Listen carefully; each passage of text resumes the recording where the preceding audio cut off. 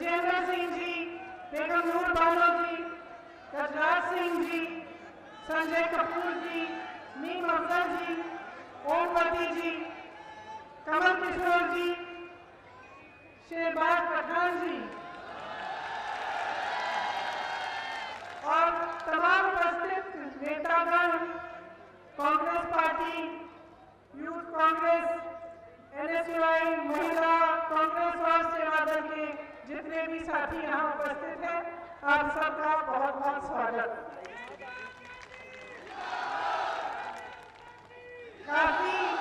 काफी धूप हो रही है, कुछ समय से आप बैठे हैं। हाँ?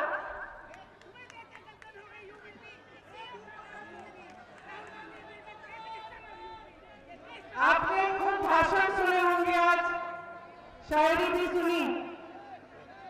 मैंने सोचा मैं कुछ बातें करूं आपसे।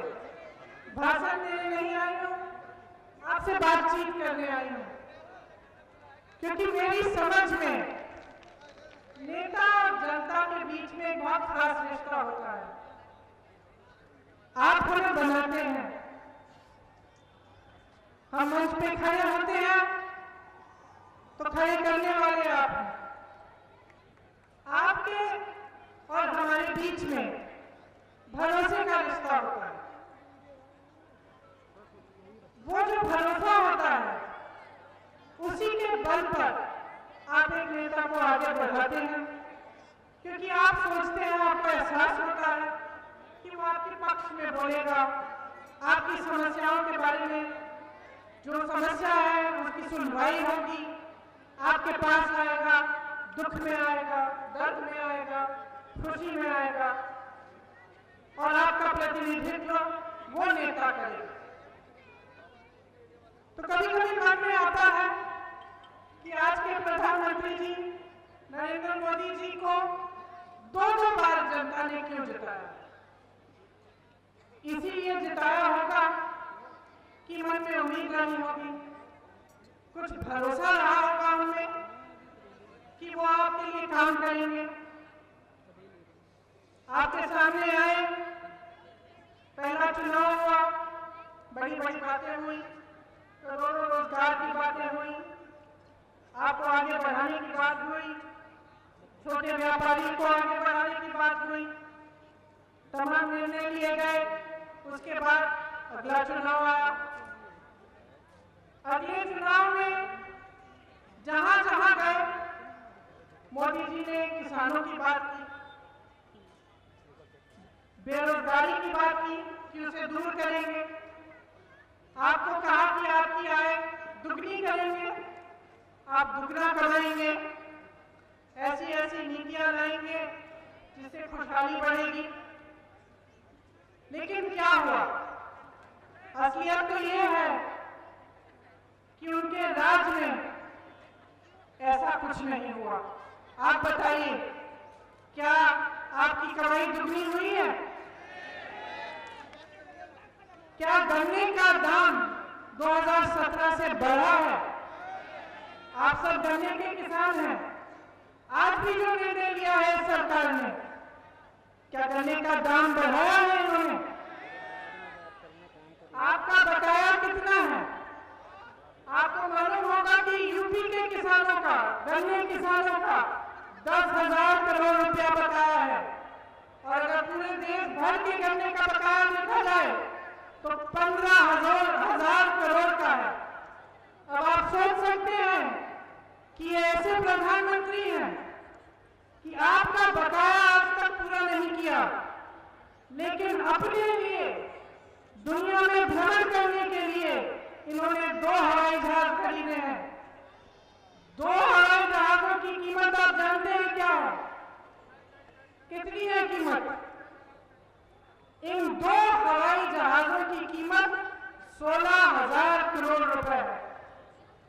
एक हवाई जहाज है 8,000 रुपए का, करोड़ रुपए का। दूसरा हवाई जहाज 8,000 करोड़ रुपए का। कुल मिलाकर 16,000 करोड़ रुपए के इन्होंने 2 हवाई जहाज खरीदे हैं, जबकि 15,000 करोड़ रुपए में इस देश के एक एक गन्ने किसान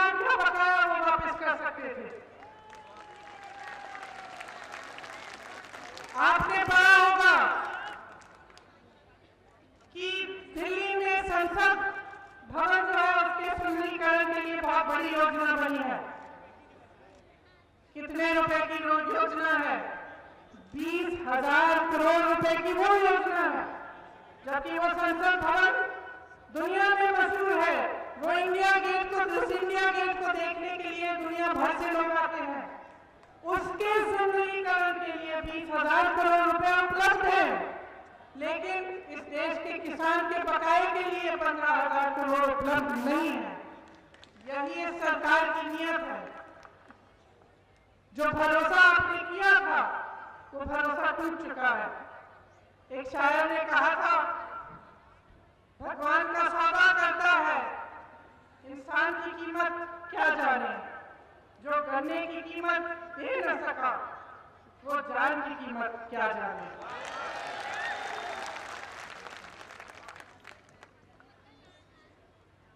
अब जैसे कि आपके ऊपर काफी संकट नहीं थे,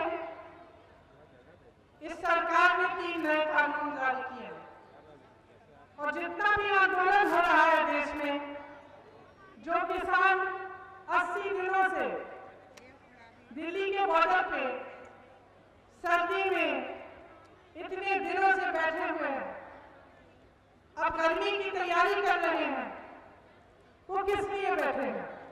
प्रधानमंत्री जी कहते हैं कि ये जो कानून बने हैं ये किसान की भलाई के लिए बने हैं।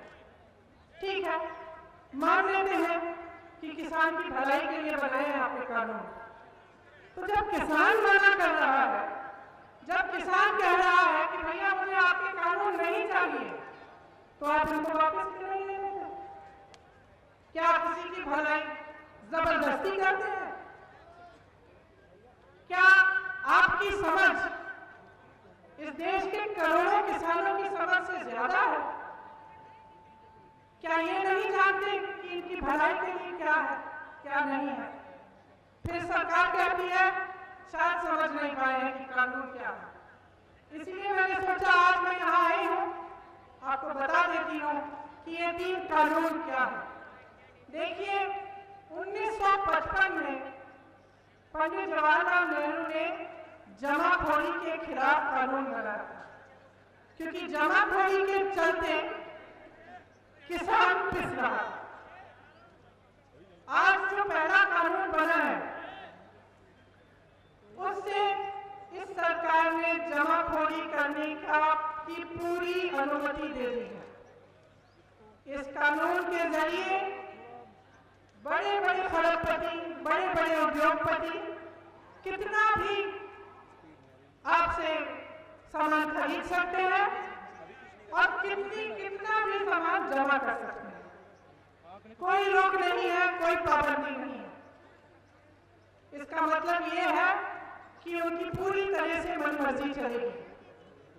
जब वो जमा करना चाहेंगे करेंगे, जब वो आपको कहना चाहेंगे कि अब आप खरीद नहीं सकते तो कहेंगे, जब आपको कहना चाहेंगे आप ये दाम नहीं मिलेगा, आज हम आपको कम दाम देंगे, तो वो भी कर सकते हैं।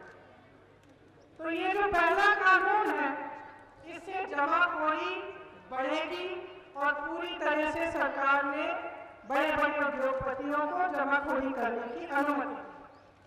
दूसरा कानून ये है कि जिसको प्राइवेट मंडी खोलनी है वो खोल सकता है और बड़े बड़े खरबपतियों की बड़ी बड़ी मंडियां खुलेंगी। तो शुरू में से मैं तो ऐसा लगेगा कि बहुत अच्छा है, अच्छी अच्छी मंडियां लगा रहे हैं, बना रहे हैं लोग। लेकिन इसमें क्या कहा है सरकार ने कि जो सरकारी मंडी है उसमें आपसे टैक्स लिया जाएगा और जो प्राइवेट मंडी है उसमें आपसे टैक्स नहीं लिया जाएगा। इससे क्या होगा? तमाम किसान प्राइवेट मंडी में जाएंगे। जैसे ही प्राइवेट मंडी में जाएंगे, सरकारी मंडियां बंद होना शुरू होंगी। लेकिन सरकारी मंडी में एक चीज थी जो आपको मिलती थी, न्यूनतम समर्थन मूल्य आपको मिलता था। जैसे जैसे प्राइवेट मंडियां आगे बढ़ेंगी और सरकार की मंडियां बंद होगी, आपको न्यूनतम समर्थन मूल्य मिलना बंद हो जाएगा। इसके जरिए भी जो बड़े बड़े खरबपति उद्योगपति हैं फिर से अपनी मनमर्जी कर पाएंगे। मंडी उनकी है, दाम वो तय करेंगे, कितना खरीदना है, कब खरीदना है वो तय करेंगे। अब तीसरा कानून सुनिए। तीसरे कानून में ये लिखा है कि कॉन्ट्रैक्ट यानी ठेके पे किसानी होगी। इसका क्या मतलब है? इसका मतलब है कि बड़ा खरबपति आ सकता है आपके गांव में और आपको कह सकता है कि देखिए आप 10-15 किसान हो, आपके साथ मैं कॉन्ट्रैक्ट बनाऊंगा, आप गन्ना उगाइए और इस गन्ने के लिए मैं आपको 500 रुपए दूंगा। आपने मेहनत की, गन्ना उगाया, समय आया गन्ना बेचने का, आप उस खरबपति के पास गए, आपने उनसे कहा कि 500 रुपए में आपने कहा था आप खरीदेंगे, तो ये बिल्कुल उसकी मर्जी है कि आपको कह दें कि भाई हमें तो अभी गन्ने की जरूरत ही नहीं, तुम्हें किसने कहा 500 का खरीदेंगे हम, 200 देते हैं, दे दो।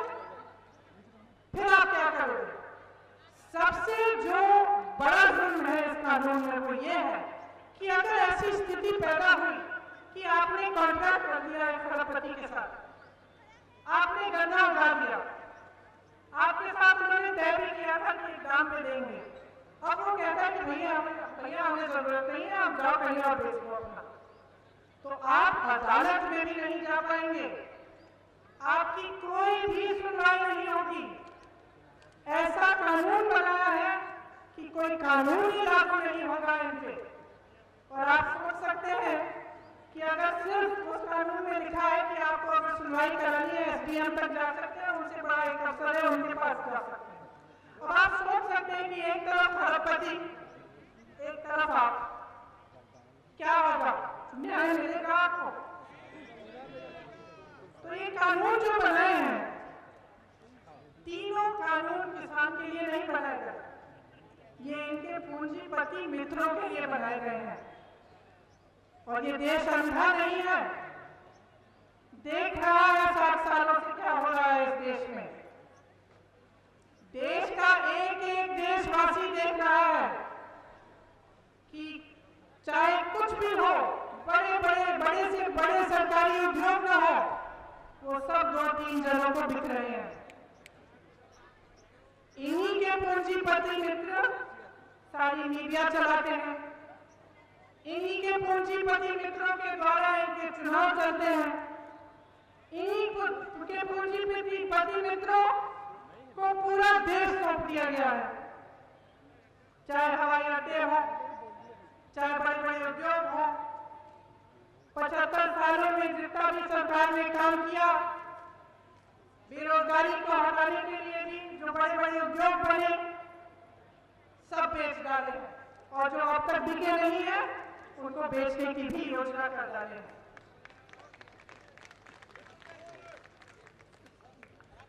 तो आप सोच सकते हैं कि ऐसी सरकार आपके लिए क्या करेगी। और अगर अभी भी आपको इनसे उम्मीद है तो जरा गहराई से सोचिए कि आपके लिए कुछ करने नहीं आ रहे हैं। आज भी जब लाखों किसान इनके दरवाजे पे खड़े हैं, तो वही प्रधानमंत्री जो अमेरिका जा सकते हैं, ट्रंप साहब के चुनाव में उनके लिए बोल सकते हैं, सभा कर सकते हैं, जो चीन जा सकते हैं, जो पाकिस्तान जा सकते हैं, कोई ऐसा देश नहीं है जो इन्होंने छोड़ा। सबने देखा, सबने टीवी पे देखा, कभी कहीं उनका स्वागत हो रहा है, कभी कहीं। और बताइए, अपने घर से 2-3 किलोमीटर दूर 3 लाख किसानों से जो वहां पे धरना मार रहे हैं, जो सिर्फ आपसे ये मांग कर रहे हैं कि प्रधानमंत्री जी हमसे आकर बात करिए, हमारी बात सुनिए। आप 2-3 किलोमीटर अपने घर से दूर उनके पास नहीं जा पाए, आप दुनिया घूम सके, बड़े बड़े हवाई जहाज खरीद लिए अपने लिए आपने, लेकिन आप उन किसानों की सुनवाई करने के लिए नहीं जा पाए। उल्टा क्या किया आपने? संसद में खड़े होकर मजाक उड़ाया। उन्हीं किसानों को आपने एक नया नाम दिया, आंदोलनजीवी, परिजीवी। परिजीवी होता क्या है? आप सब जानते हैं, सब किसान। आपका अपमान किया, भरे संसद में हंसते हुए आपका अपमान किया। तो 215 किसान शहीद हुए हैं, उनमें से 25 साल का लड़का। मैं कुछ ही दिनों पहले रामपुर गई, उसके अंतिम अरदास में इतना दुख हुआ, मैं क्या बताऊं उस परिवार से मिलकर। एक 25 साल का बच्चा, उस परिवार को लगता है कि उसे गोली मार दी गई, वह शहीद हुआ। उसकी मां मेरे पास बैठी थी, पूरे समय कुछ बोली नहीं, आंखों में आंसू थे, और आप संसद में खड़े होकर मजाक उड़ा रहे हैं, आप परिजीवी कह रहे हैं, आपके मंत्री देशद्रोही कह रहे हैं। इसका मतलब है आप पहचान नहीं पाए, मोदी जी पहचान नहीं पाए कि देशभक्त और देशद्रोह में फर्क क्या है। कि सिर्फ एक देशभक्त शांतिपूर्वक आंदोलन में 80 दिनों से हर समस्या को झेलते हुए सड़क पर बैठकर शांति से आपसे मांग सकता है कि अपना अधिकार मिले उसे। सिर्फ एक देशभक्त कर सकता है। आप पहचान नहीं पाए, आपने मजाक उड़ाया। कल परसों हरियाणा के कृषि मंत्री का एक वीडियो निकला, हंस हंस के बोल रहे हैं, तो क्या हुआ, 215 लोग मर गए, तो क्या हुआ, वो तो घर में बैठे बैठे भी मर जाते, और हंस रहे हैं। देखिए, मैं शहीद के परिवार की बेटी हूं। शहादत बहुत बड़ी चीज होती है। शहादत को झेलने वाला जो शहीद है वो नहीं होता, उसका परिवार होता है। उस दुख को दिल में रखता है जीवन भर। उसका मजाक उड़ाने का किसी का अधिकार नहीं है, चाहे वो मंत्री हो, चाहे वो इस देश का प्रधानमंत्री हो, चाहे कोई भी हो। जो अपने अधिकार के लिए शहीद हुआ है वो पाक होता है, और उस पर उंगली उठाने का किसी को अधिकार नहीं है।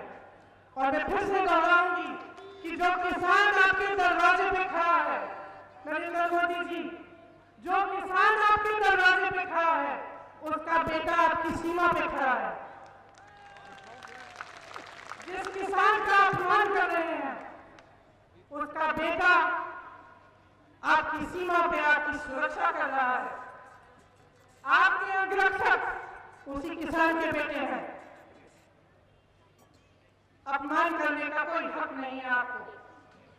और मैं ये कहना चाहती हूं कि ये जो कानून बने हैं, जिससे इस देश का किसान, इस देश का गरीब संकट में है, रो रहा है, अपना अधिकार मांग रहा है, उसे आप वापस लीजिए। इन कानूनों को रद्द कीजिए। जिन्होंने आपको सत्ता दी है उनका आदर कीजिए। जिन्होंने आपको सत्ता दी है उनको अपमानित मत कीजिए। देखिए, जिसको सत्ता मिल जाती है, दो तरह के नेता होते हैं। कुछ ऐसे नेता होते हैं जिनको बहुत अहंकार हो जाता है, वो भूल जाते हैं कि सत्ता देने वाला कौन है। इस देश के इतिहास में बार बार हुआ है, बार बार हुआ है कि ऐसा नेता जब अहंकार में आ जाता है तो देशवासी उसको सबक सिखाते हैं।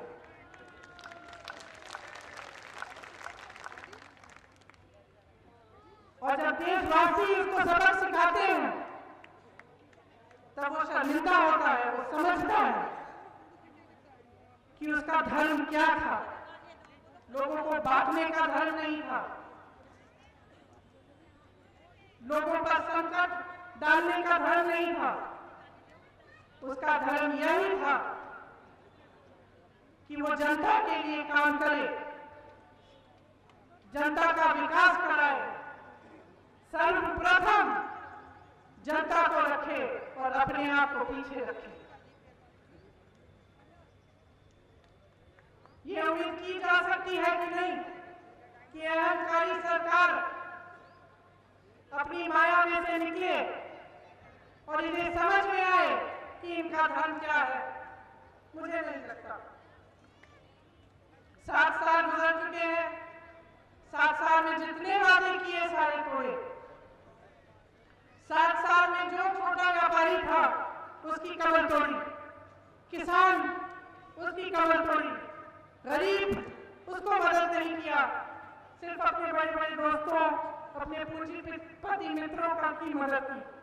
तो अब मुझे नहीं लगता कि उम्मीद है कि आपके लिए ये काम करेंगे, लेकिन मुझे आप पर भरोसा है, इस देश की जनता पर भरोसा है और आपसे बहुत बड़ी उम्मीद है। मुझे उम्मीद है कि आप पीछे नहीं हटेंगे, कि आप अपने अधिकारों के लिए लड़ेंगे और इस लड़ाई में कांग्रेस पार्टी का एक एक कार्यकर्ता आपके साथ खड़ा रहेगा।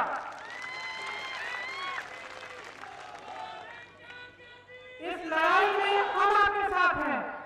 मेरे भाई राहुल गांधी जी आपके साथ हैं, जिन्होंने संसद में किसानों की बात की, जिन्होंने संसद में कहा कि 2 मिनट मौन आप किसान के लिए रखिए जो शहीद हुआ है। और जितने भी सरकारी नेता थे, जो सरकार के नेता थे, सब अपनी जगह बैठे रहे, मजाक उड़ाते रहे, लेकिन विपक्ष का एक एक सांसद खड़ा हुआ और 2 मिनट का मौन उन्होंने रखा। राहुल गांधी आपके साथ है, कांग्रेस पार्टी का एक एक नेता आपके साथ है, एक एक कार्यकर्ता आपके साथ है।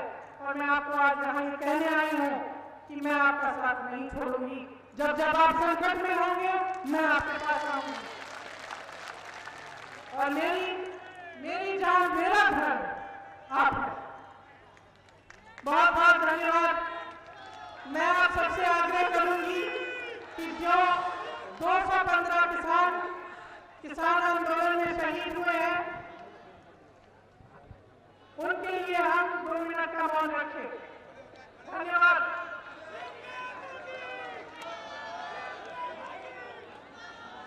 दो मिनट का मौन रखिए। कार खींच रही है।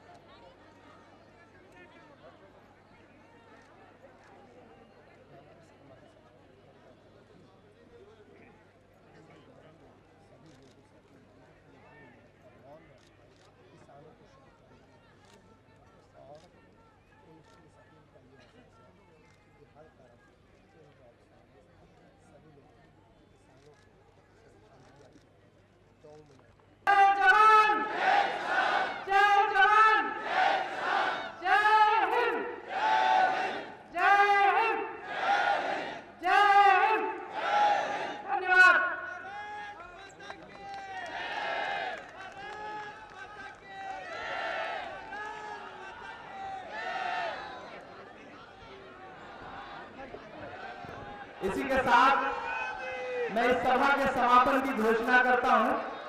आपसे गुजारिश है कि सुकून से अपने घर जाइए और जल्दी ही फिर कांग्रेस आपको आपके मुद्दों पर लड़ती हुई मिलेगी, हर जगह आपके साथ मौजूद मिलेगी।